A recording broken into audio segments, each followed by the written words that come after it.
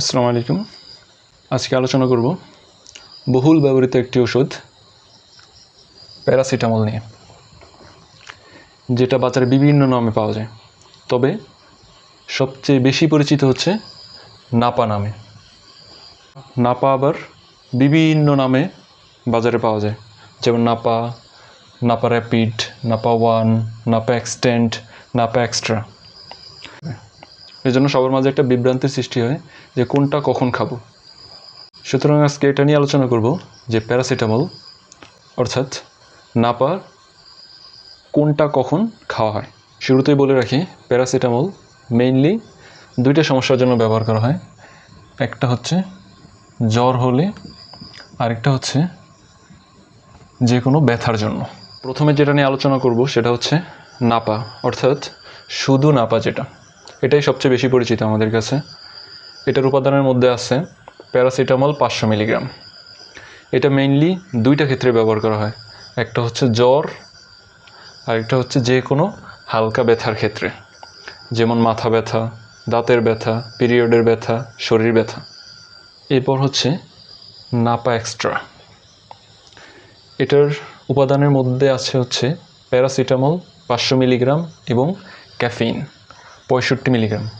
এখানে ক্যাফেইনটা দেওয়ার কারণ হচ্ছে এটা প্যারাসিটামলের কার্যকারিতা বাড়ায় এবং এটা মাথা ব্যথা দূর করতে সহায়তা করে।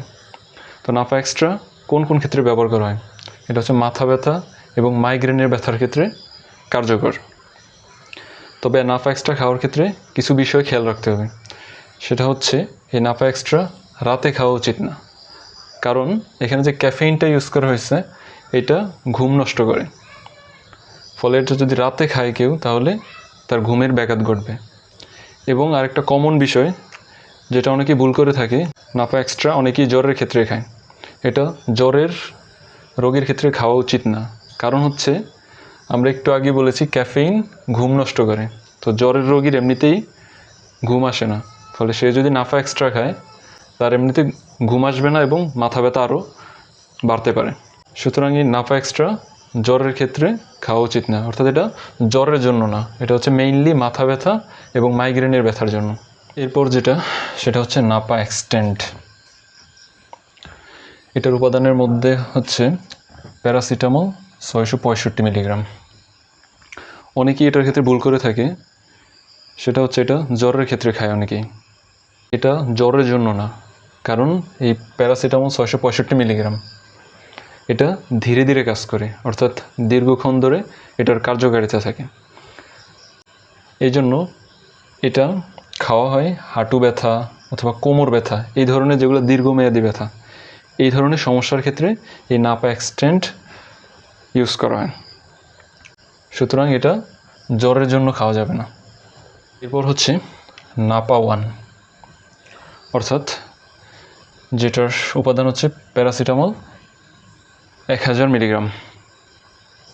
এটার কাজ হচ্ছে তীব্র জ্বর হলে, অর্থাৎ যখন 500 মিলিগ্রামে কাজ না হয়, ওই ক্ষেত্রে নাপা ওয়ান ইউজ করা হয়। অর্থাৎ নাপা আর হচ্ছে নাপা ওয়ান দুইটার একই কাজ। যদি বেশি প্রয়োজন হয় ডোজ, তাহলে হচ্ছে নাপা ওয়ান ইউজ করা যেতে পারে, অথবা নাপা 500 মিলিগ্রাম দুইটা খাওয়া যেতে পারে। তবে এটা হচ্ছে শুধুমাত্র প্রাপ্তবয়স্কদের জন্য। এরপর হচ্ছে নাপা র্যাপিড। এটার উপাদানের মধ্যে আছে হচ্ছে প্যারাসিটামল 500 মিলিগ্রাম, অর্থাৎ এটা শুধু নাপার মতোই, তবে এটা এমনভাবে তৈরি যাতে এটা দ্রুত কাজ করে। এটা ব্যবহার করা হয় যখন হঠাৎ তীব্র মাথা ব্যথা হয় অথবা হঠাৎ তীব্র জ্বর আসে, অর্থাৎ যখন দ্রুত কাজ করার প্রয়োজন হয়, তখন হচ্ছে নাপা র্যাপিড ব্যবহার করা হয়। এবং এটার ক্ষেত্রে খেয়াল রাখতে হবে, যাদের বয়স 7 বছরের কম তারা এটা খেতে পারবে না। কোনটা কতটুকু ডোজে খেতে হবে এটা নিয়ে আরেকদিন আলোচনা করব। তবে একটা গুরুত্বপূর্ণ বিষয় বলে রাখি, সেটা হচ্ছে প্যারাসিটামল ওভারডোজ যাতে না হয়। ওভারডোজ হলে শরীরে মারাত্মক সমস্যার সৃষ্টি হতে পারে। একদিনে সর্বোচ্চ 4 গ্রাম বা 4000 মিলিগ্রাম পর্যন্ত খাওয়া যায় প্যারাসিটামল। এর বেশি খেলে ওভারডোজ হবে। আজ এই পর্যন্তই। পরবর্তী ভিডিওতে আমরা প্যারাসিটামলের বিভিন্ন ভ্যারাইটির ডোজ নিয়ে আলোচনা করব, কারণ প্যারাসিটামলের বিভিন্ন ভ্যারাইটির ডোজ বিভিন্ন রকম হতে পারে বয়স এবং পরিস্থিতি অনুযায়ী।